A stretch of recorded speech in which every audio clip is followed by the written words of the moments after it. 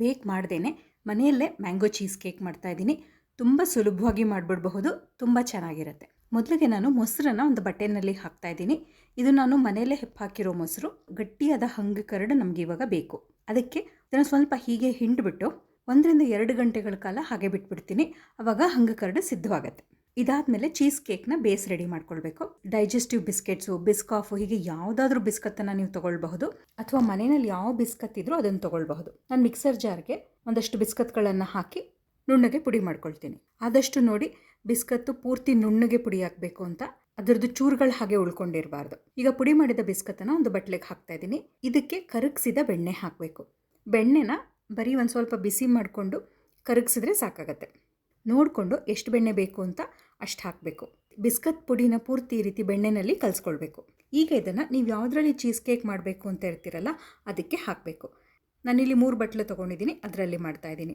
ಆ ಬಟ್ಲಿಗೆ ನಾನಿವಾಗ cheese cake ಬೇಸನ್ನು ಹಾಕ್ತೀನಿ. ಬಟ್ಲಿಗೆ ಹಾಕಿಬಿಟ್ಟು ಈ ರೀತಿ ಸೆಟ್ ಮಾಡ್ಕೊಳ್ಬೇಕು. ನೀವು ಬೇಕಾದರೆ ಒಂದು ದೊಡ್ಡ ಬಟ್ಲಲ್ಲಿ ಬೇಕಾದರೂ ಸೆಟ್ ಮಾಡ್ಕೊಳ್ಬಹುದು.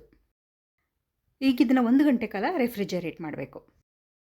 ನಾನು ಈ ಚೀಸ್ ಕೇಕ್ ಮಾಡೋಕ್ಕೆ ಪನ್ನೀರನ್ನು ಅಂಗಡಿಯಿಂದ ತಂದು ಉಪಯೋಗಿಸ್ತಾ ಇದ್ದೀನಿ. ನೀವು ಬೇಕಿದ್ದರೆ ಅದನ್ನು ಮನೆಯಲ್ಲೇ ಮಾಡ್ಕೊಳ್ಬಹುದು. ಹಾಲನ್ನು ಒಡೆದು ಪನ್ನೀರ್ ಸಿದ್ಧ ಮಾಡ್ಕೊಳ್ಬಹುದು. ನಾನಿಲ್ಲಿ 2 ಮಾವಿನ ಹಣ್ಣು ತೊಗೊಂಡಿದ್ದೀನಿ. ನಾನು ರಸಪುರಿ ಮಾವಿನ ಹಣ್ಣು ತೊಗೊಂಡಿದ್ದೀನಿ. ನಿಮಗೆ ಯಾವ ಜಾತಿ ಮಾವಿನ ಹಣ್ಣು ಇಷ್ಟ ಆಗುತ್ತೋ ಅದನ್ನು ತೊಗೊಳ್ಬಹುದು. ಹಣ್ಣನ್ನು ಹೆಚ್ಚಿಬಿಟ್ಟು ಹಣ್ಣಿನ ಸಿಪ್ಪೆ ತೆಗೆದು ರಸ ಎತ್ತಿಟ್ಕೊಳ್ತೀನಿ. ಈ ಹಣ್ಣನ್ನು ಮಿಕ್ಸಿ ಜಾರ್ಗೆ ಹಾಕಿ ನುಣ್ಣಗೆ ರುಬ್ತಾ ಇದ್ದೀನಿ. ರುಬ್ಬಿದ ಮಾವಿನ ಹಣ್ಣನ್ನು ಒಂದು ಸ್ವಲ್ಪ ತೆಗೆದುಬಿಟ್ಟು ಬಟ್ಲಲ್ಲಿ ಇಟ್ಕೊಳ್ತೀನಿ. ಮತ್ತೀಗ ಅದೇ ಮಿಕ್ಸರ್ ಜಾರ್ಗೆ ಮಾವಿನ ಹಣ್ಣಿನ ಜೊತೆಗೆ ಪನ್ನೀರ್ ಹಾಕ್ತಾಯಿದ್ದೀನಿ. ಮತ್ತೀಗ ಹಂಗೆ ಕರಡು ಸಿದ್ಧವಾಗಿದೆ, ಅದನ್ನು ಹಾಕ್ತಾಯಿದ್ದೀನಿ. ಸಿಹಿಗೆ ಕಂಡೆನ್ಸ್ಡ್ ಮಿಲ್ಕ್ ಹಾಕ್ಬಹುದು, ಸಕ್ಕರೆನೂ ಹಾಕಬಹುದು. ನಾನಿಲ್ಲಿ ಅವೆರಡರ ಬದಲಾಗಿ ಜೇನುತುಪ್ಪ ಹಾಕ್ತಾಯಿದ್ದೀನಿ. ಇದಿಷ್ಟನ್ನು ಹಾಕ್ಬಿಟ್ಟು ಈಗ ಮತ್ತೆ ರುಬ್ಕೊಳ್ತೀನಿ. ಸ್ವಲ್ಪನೂ ತರಿ ಇರಬಾರ್ದು, ಹಾಗೆ ನುಣ್ಣಗೆ ರುಬ್ಕೊಳ್ಬೇಕು. ನೋಡಿ, ಈ ರೀತಿ ಕನ್ಸಿಸ್ಟೆನ್ಸಿ ಬರಬೇಕು. ಈಗ ಇದನ್ನು ಚೀಸ್ ಕೇಕ್ ಬೇಸ್ ರೆಡಿ ಮಾಡ್ಕೊಂಡಿದ್ವಲ್ಲ ಅದ್ರ ಮೇಲೆ ಹಾಕ್ತಾಯಿದ್ದೀನಿ. ಹಂಕರ್ಡು ಪನ್ನೀರು ಮಾವಿನ ಹಣ್ಣನ್ನು ರುಬ್ಬಿದ್ವಲ್ಲ ಅದನ್ನು ಹಾಗೇನೂ ಒಂದು ಬಟ್ಲಿಗೆ ಹಾಕಿ ತಿನ್ಬಹುದು. ತುಂಬಾ ಚೆನ್ನಾಗಿರುತ್ತೆ. ಪನ್ನೀರ್ ಹಾಕಿರೋದ್ರಿಂದ ಪ್ರೋಟೀನೂ ಇರುತ್ತೆ.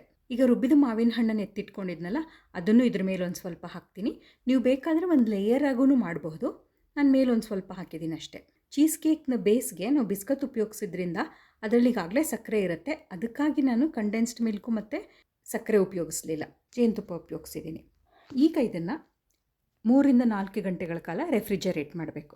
ಈಗ ಇದು ರೆಫ್ರಿಜರೇಟ್ ಮಾಡಾಗಿದೆ. ಮನೆಯಲ್ಲೇ ಮಾಡಿದ ನೋ ಬೇಕ್ ಚೀಸ್ ಕೇಕ್ ಸಿದ್ಧವಾಗಿದೆ. ಮಾವಿನ ಹಣ್ಣಿನ ಕಾಲ ಮುಗಿಯೋಷ್ಟರಲ್ಲಿ ಖಂಡಿತ ಒಂದು ಸಲ ಟ್ರೈ ಮಾಡಿ ನೋಡಿ, ತುಂಬಾ ಇಷ್ಟ ಆಗುತ್ತೆ. ಇಷ್ಟ ಆದರೆ ನನಗೆ ಖಂಡಿತ ಮರೀದೆ ತಿಳಿಸಿ. ಇನ್ನೊಂದು ವಿಡಿಯೋನಲ್ಲಿ ಇನ್ನೊಂದು ಅಡುಗೆ ಜೊತೆ ಮತ್ತೆ ಸಿಗ್ತೀನಿ.